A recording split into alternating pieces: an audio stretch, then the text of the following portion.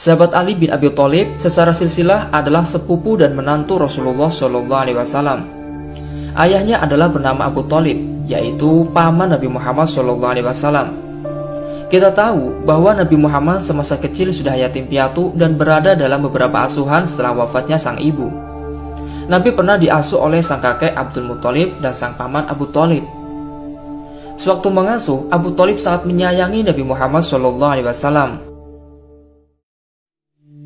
Keadaan keluarga Abu Thalib bisa dibilang termasuk keluarga fakir dan kurang mampu.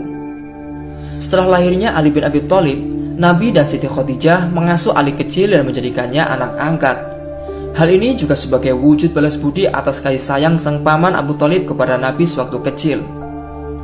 Dalam asuhan Nabi, Ali kecil hidup dalam asuhan Nabi dan banyak menimba ilmu kepada Nabi. Selain itu, sahabat Ali juga dianggap sebagai orang pertama yang memeluk Islam dari kalangan anak-anak. Di masa dewasanya, sahabat Ali banyak ikut berjuang bersama Nabi dalam mensyiarkan ajaran Islam. Beliau bahkan rela menaruhkan nyawanya untuk melindungi Nabi. Seperti contoh saat hijrahnya Nabi Muhammad bersama sahabat Abu Bakar. Sahabat Ali rela menaruhkan nyawanya dan memberanikan tidur di kamar Nabi sebagai upaya mengelabui serangan para kaum kafir Quraisy yang hendak membunuh Nabi. Setelah hijrah, Nabi kemudian menikahkan sahabat Ali dengan putri kesayangannya yang bernama Fatimah Az-Zahra. Sahabat Ali merupakan sosok yang cerdas dan memiliki kedalaman ilmu agama yang tinggi. Bahkan Nabi menjulukinya dalam sabdanya, "Ana babul ilmi wa aliyun miftahuhu." Ya artinya, aku adalah pintu ilmu dan Ali adalah kuncinya. Selain itu, sahabat Ali sangat mencintai Rasulullah dan selalu mendampingi beliau dalam berjihad fisabilillah. Bahkan saat wafatnya Nabi Muhammad, sahabat Ali termasuk orang yang turut memandikan, mengkafani, mensolati, dan memakamkan jenazah mulia Nabi Muhammad SAW. Setelah wafatnya Nabi Muhammad SAW, tonggak kepemimpinan umat Islam kemudian diwariskan kepada Khulafaur Rasyidin, yaitu Khalifah Abu Bakar, Umar, Utsman, dan Ali. Di masa kepemerintahan Khulafaur Rasyidin, mulailah banyak muncul firqah dan aliran dalam Islam. Perpecahan umat sebab perbedaan pandangan dan politik mulai banyak terjadi di mana-mana. Di masa Khalifah Utsman, banyaknya fitnah dan pemberontakan mengakibatkan terbunuhnya Khalifah Utsman. Na'udzubillah min dzalik. Ketika tonggak kepemimpinan umat Islam berpindah kepada Khalifah Ali bin Abi Thalib, fitnah-fitnah, pemberontakan, dan perang saudara belum bisa surut. Khalifah Ali kemudian berusaha meredupkan aksi pemberontakan itu. Salah satu kelompok pemberontak yang tegas menentang kebijakan dan kepemimpinan yang sah Khalifah Ali adalah kaum Khawarij. Mereka bahkan menganggap kafir seluruh umat Islam yang tak sependapat dengan kelompok mereka. Pasukan Khalifah Ali kemudian memerangi kaum Khawarij itu dalam perang Nahrawan. Penyerangan itu kemudian menambah rasa benci dan dendam kaum Khawarij kepada Khalifah Ali. Kaum Khawarij juga menganggap Khalifah Ali telah kafir karena dalam pemerintahannya tidak menggunakan hukum Islam, melainkan menggunakan musyawarah. Dendam kaum Khawarij kian memuncak. Ibnu Jarir meriwayatkan bahwa dahulu ada 3 orang Khawarij yang merencanakan pembunuhan terhadap para sahabat Rasulullah. Hal ini disebabkan rasa sakit hati mereka karena saudara mereka dihabisi saat perang Nahrawan. Ketiga kaum Khawarij itu kemudian membagi tugas. Abdurrahman bin Muljam atau Ibnu Muljam tugasnya yaitu membunuh Ali bin Abi Thalib. Lalu Al-Barraq bin Abdullah tugasnya membunuh Muawiyah bin Abu Sufyan. Dan Amr bin Bakar tugasnya membunuh Amr bin As. Rencana pembunuhan itu akan dilaksanakan pada tanggal 17 Ramadan tahun 40 Hijriah. Ibnu Muljam kemudian bertolak pergi ke Kufah untuk beraksi. Kemudian Ibnu Muljam bertemu dengan wanita cantik.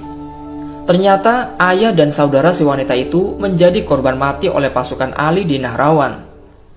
Wanita itu bernama Kutomi. Ibnu Muljam kemudian terpikat dan melamarnya.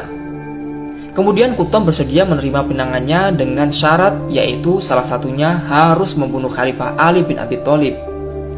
Tak pikir panjang, Ibnu Muljam menyanggupinya karena memang tujuannya hendak membunuh Khalifah Ali. Pada tanggal 17 Ramadan, Ibnu Muljam lantas beraksi dengan mengajak kawannya yang bernama Wardah dan Syabib. Mereka lalu bersembunyi di balik pintu yang biasa dilalui Khalifah Ali keluar untuk sholat di Masjid Kufah.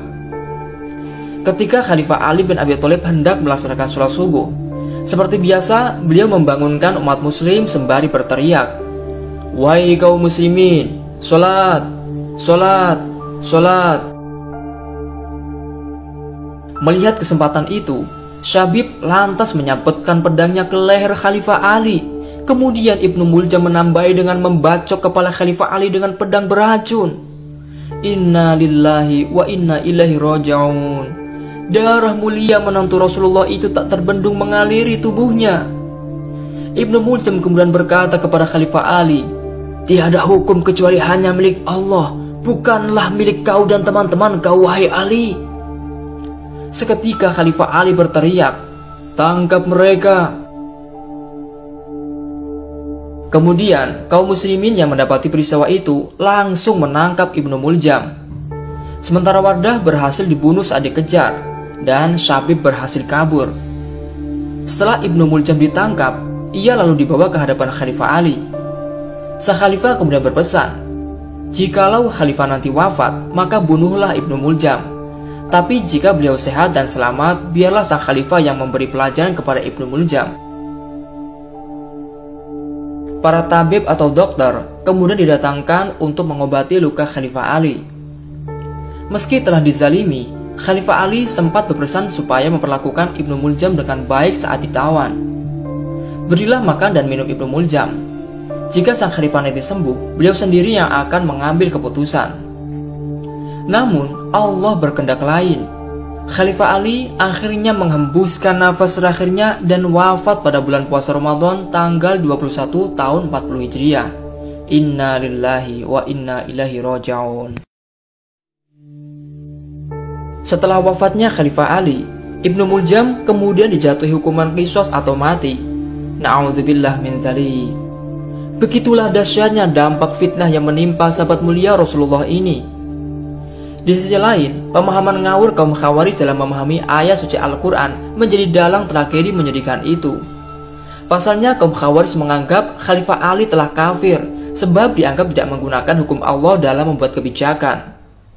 Sang pembunuh yaitu Ibnu Muljam sendiri diketahui sebagai ahli ibadah bahkan hafal Al-Quran. Semoga kisah ini bermanfaat. Wallahu a'lamu bishawab.